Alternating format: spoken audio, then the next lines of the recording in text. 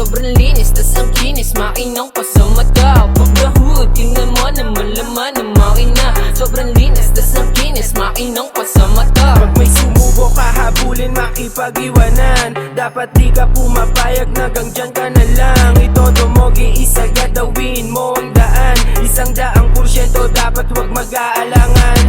O paano simula na kahilera na tamiya, kultura pinapa. What's up guys? Welcome back again to another vlog. So meron nga tayong bagong build dito na owner type jeep. Yan, naka 13T engine to.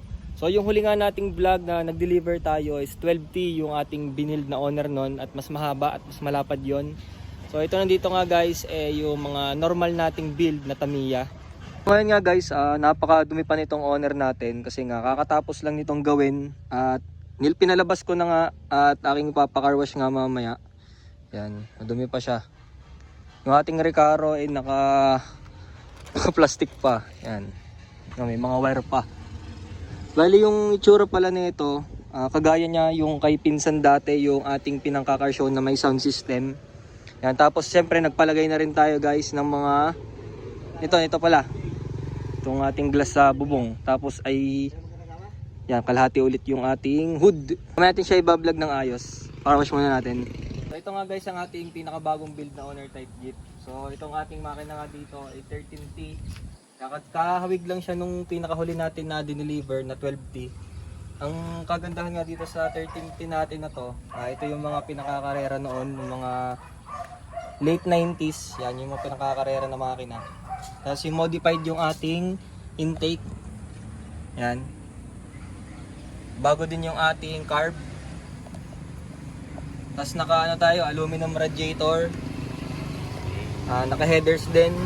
Hindi ko lang sure kung anong exhaust nito, pero hindi siya maingay kasi gusto nung nagpa-build nito yung tamang ingay lang yung maririnig. Ayaw niya ng sobrang ingay na parang kargado. Yung ating hood, kakaiba din. Half lang siya. So pa-square nga kagaya ng pinaka-car show natin dati. Tapos ginandahan na namin yung hydraulic na kinabit namin dito. Kasi yung mga huli namin kinabit, parang mabilis silang bumigay. Naka LED lights tayo. Tapos yung bumper na style na ginamit natin is kagaya nung kay T1. May tuning. Gowel tuning. Tapos ano rin pala, naka tayo dito. Naka LED tayo. Pag light. Tapos yung busina na ginamit dito, hindi tayo gumamit ng Bosch. Ito yung gusto nung may-ari at 3. Yan. Tapos yung ating pang-ilalim natin ito po, ito mo. Naka-molye lang tayo, di na tayo nag-suspension. Tapos yung yung ating mags nga pala, 15x8 na Atara. Watanabe. Nakamukha kasi siya ng Atara, pero Watanabe yung mags natin. Tapos yung kanyang gulong ay Cylon.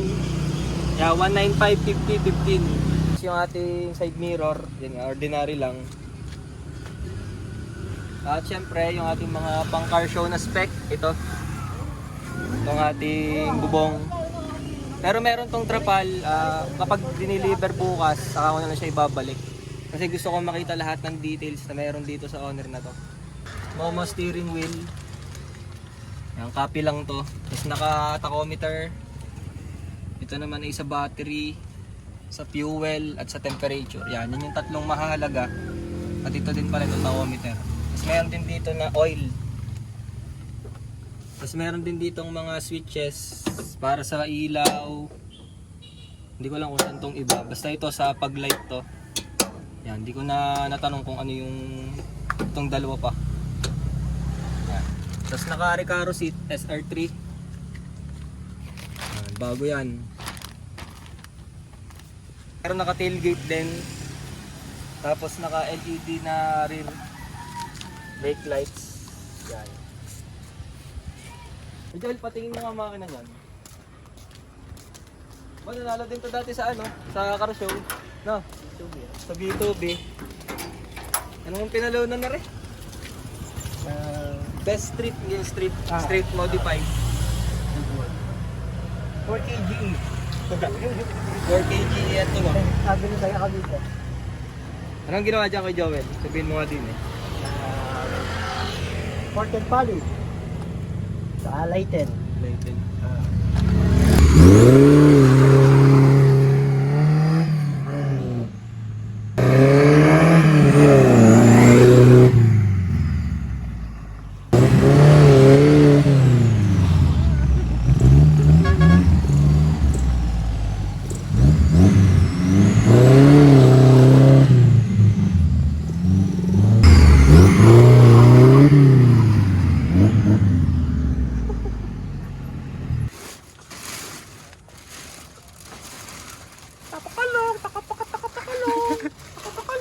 Sinisira mo vlog ko yung alam mo. Baka, parot.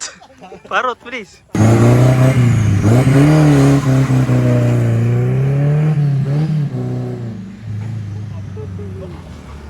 Kapi! Bukan mong imaneho yung lakas niyan damahin. Di basta-basta yung presyo pero kayang abutin. Pag walang trapa lang presko, kantang to patugtugin. Tamang road trip mga tropa, sa likod pa sakayin. Walang kulay makinang yung naka-black top. Hanggang ilalim ang pulido naka-scab pipe. Walang kulay makinang yung naka-black top. Hanggang ilalim ang pulido naka-scab pipe. Pag-hood, tingnan mo naman laman ng makina. Sobrang linis, tas ang kinis, makinang pa sa mata. Pag-hood. Guys, dito kami nagbablog ngayon sa bypass. Yan, nagmamontage din yung isang tropa, si Carly. Yan, so huling ikot nga dito sa ating 13T na Tamiya. Yan guys. So sa end video ko na lang talaga ipapakita yung price para ma-appreciate nyo naman yung video ko. Yan. Hello, di pala ito natunasan. Yan. So guys, sa tingin nyo, magkano kaya to? Magkano yung price nitong ating owner type jeep na to? So bali ano nga pala to, pure stainless. Yan. Kahit itabi nyo sa Civic nyo yan, wala tong kalawang. Yan, di ba? Simple lang yung build natin. Naka-mags, naka-upuan, accessories. Tapos yan, itong ating hood nga, dagdag forma din. Naka-acrylic glass tayo. Yan. So sa mga hindi nga pala nakakaalam guys, itong 13T na engine na to, ito yung mga pinangkakarera dati. Yan, alam niyo na mga lolo nyo, 13T engine. Ang price nga pala nito guys ay ito. Yan. So dito na tatapusin. Thank you for watching. Don't forget to like, comment, share, and subscribe.